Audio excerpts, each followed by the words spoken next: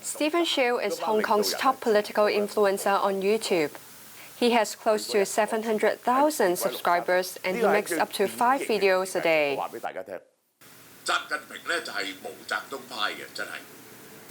His videos often criticize the Chinese leadership that could technically fall afoul of Beijing's new national security law for inciting hatred against China. For people that are making noises in the web like me, it is very dangerous, and I have been on the watch list for a long time. Now, with this threat, the ultimate fear is that you would not have the protection of law. You can arrest me and put me in jail in the former Hong Kong system. I'm not afraid.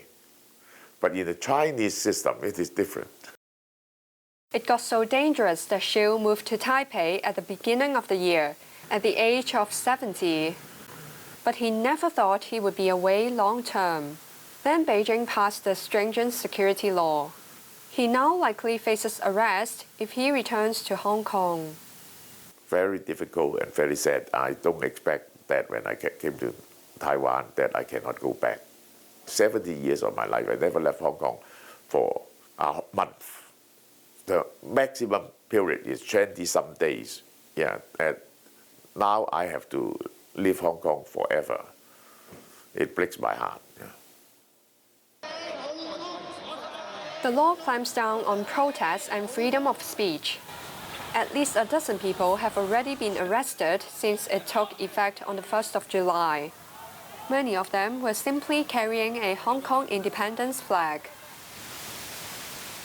Taiwan has strongly supported the anti-government protests in Hong Kong since they broke out last year. And like Shiu, thousands of Hong Kong people are applying to move to Taiwan. The government even recently set up an exchange office to help those with humanitarian needs.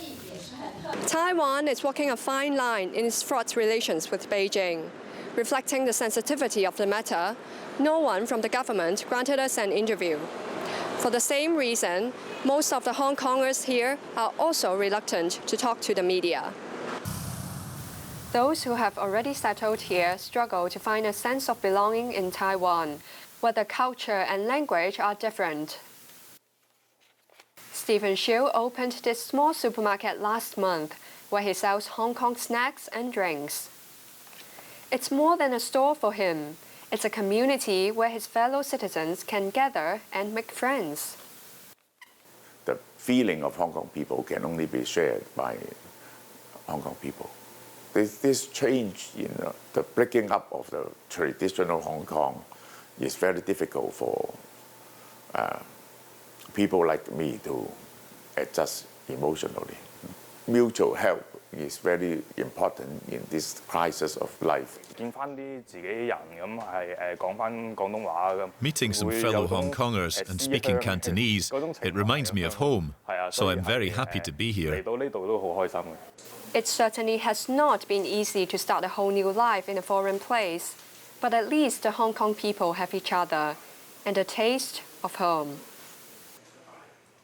For more, let's bring in the reporter who filed that for us in Taipei, Joyce Lee. Good day to you, Joyce. I want to pick up on something you mentioned in your stand-up there. The presence of dissidents like Steve in Taiwan is putting the government there in Taipei in a very difficult position regarding its powerful neighbor, China.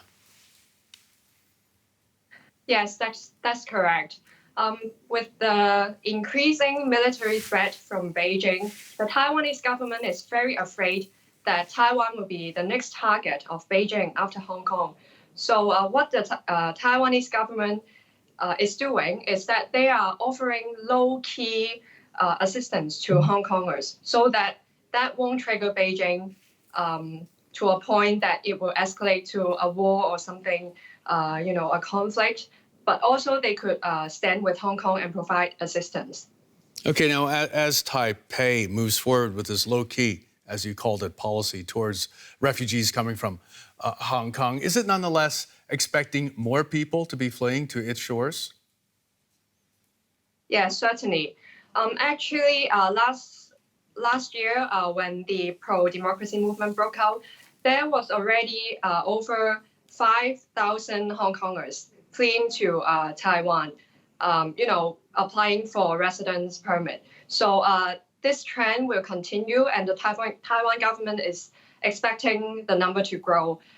So a lot of Hong Kong people here, they may be having difficulty adjusting to the new environment, and many of them are forming Hong Kong communities or social groups to support each other. Okay, as they form these support groups to support each other, what about the people in Taipei and in Taiwan more broadly? Are they accepting the new arrivals? Taiwanese people are generally very sympathetic to the Hong Kong people, and they are generally welcoming new immigrants from Hong Kong. But then there's also another problem, the practical problem, like housing, education, medical resources. So the government, the Taiwanese government also have to tackle these practical problems while standing with Hong Kongers on the side of democracy. A very difficult situation for the government in Taipei there. DW's Joyce Lee reporting for us from the capital of Taiwan. Thanks so very much. Thank you.